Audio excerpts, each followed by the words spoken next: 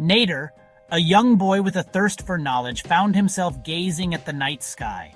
The stars twinkled like celestial fireflies, each a distant sun in the vast expanse of the universe. As he pondered the mysteries hidden within those twinkling lights, a question popped into his head.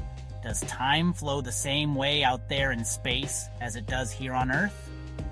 Days later, Nader found himself discussing his query with his science teacher, Miss Lila, a woman known for her ability to make even the most complex scientific concepts understandable. Miss Lila listened patiently as Nader explained his curiosity about time and space. She smiled, her eyes twinkling with the same curiosity that Nader felt. Well, Nader, time is not as straightforward as we perceive it here on Earth. You see, time is not absolute, it is relative. Relative? What could that possibly mean? Miss Lila, sensing his confusion, decided to elaborate. She continued, Einstein's theory of relativity tells us that time is affected by both gravity and speed. The stronger the gravitational pull, the slower time runs. Similarly, the faster you travel, the slower time passes for you relative to someone who is stationary. So you're saying time on the spaceship would move slower than on Earth? Exactly.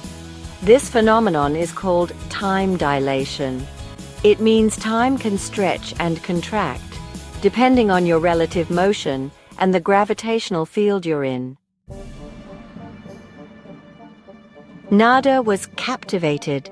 He had always thought of time as a constant, something that marched forward at a steady pace for everyone. Now, he was learning that time was more like a fluid, its flow influenced by the fabric of space-time itself. But what about different planets? If gravity affects time, then wouldn't time be different on planets with different gravitational pulls than Earth?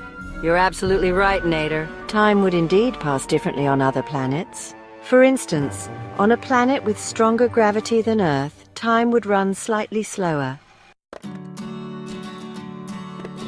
Wow, so in a way astronauts are time travelers? In a very, very small way, yes. The time difference is minuscule, but it's there. And it's not just astronauts who experience the effects of time dilation. Our GPS systems here on Earth have to account for it to function accurately. Nader left Miss Lila's class that day with a newfound passion for learning about space and time. The universe, he realized, was an even more wondrous and mysterious place than he had ever imagined, filled with secrets waiting to be unlocked. As he looked up at the night sky again that night, those twinkling stars seemed to hold new meaning, a silent testament to the awe-inspiring dance of space and time.